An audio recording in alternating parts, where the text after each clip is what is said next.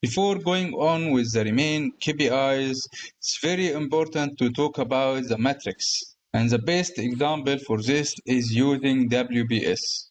Also, while I'm preparing for this video, someone asked me how to see the WBS and activity in level as per Primavera. As you can see here, in Primavera, WBS come in level, and to do this in Power BI is not that easy as a default. So in this video, we will see how to do it with external source helping. So let's start.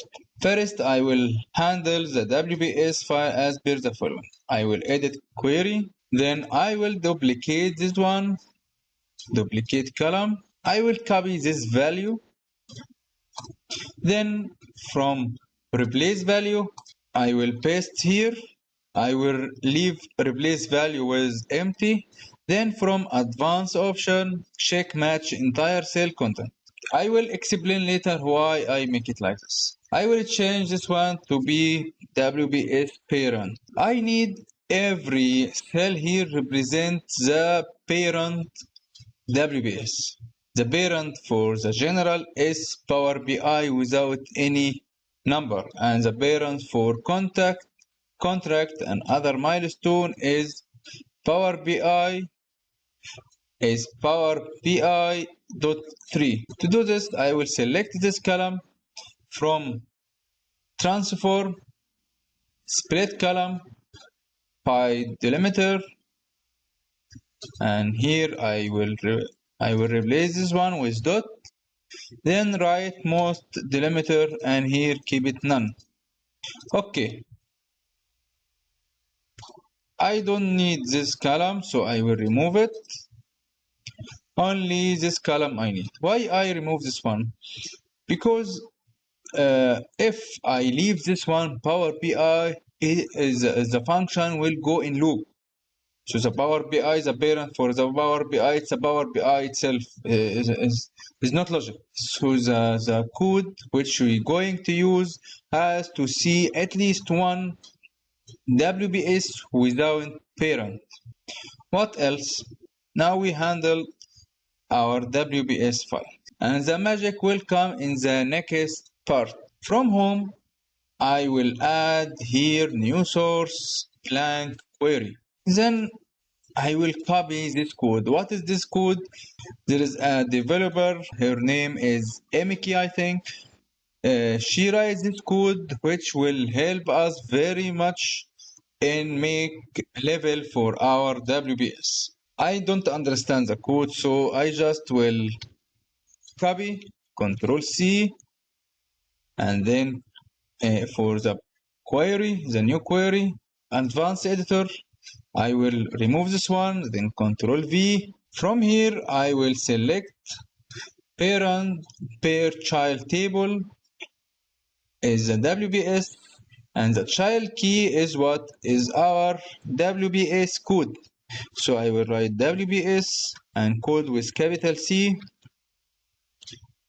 Then in the parent key is the WBS parent. So WBS parent, and here level column name is the name for WBS name info. Here we come. Here is the magic. There is a new table with levels 1, 2, 3, 4, 5, 6, 7, 8 levels as per the Primavera, and I can remove the unnecessary column like this one, and here like this one, parent remove. And this one is the WBS code, and this is WBS name. I will name it WBS level. Then okay, I will save and close and apply. Then I have to make sure that the WBS linked right. So from here, I can make this up to manage my file. And here's the WBS linked with the WBS code. One-to-one, both direction. This is what we need. I will go back here, and then I will add here matrix, and from the WBS level I will add 1, 2, 3, 4, 5, 6, 7, and here I have to make sure it's order, and 7 is also. If you expand this by this icon, you can see here the WBS as per Primavera.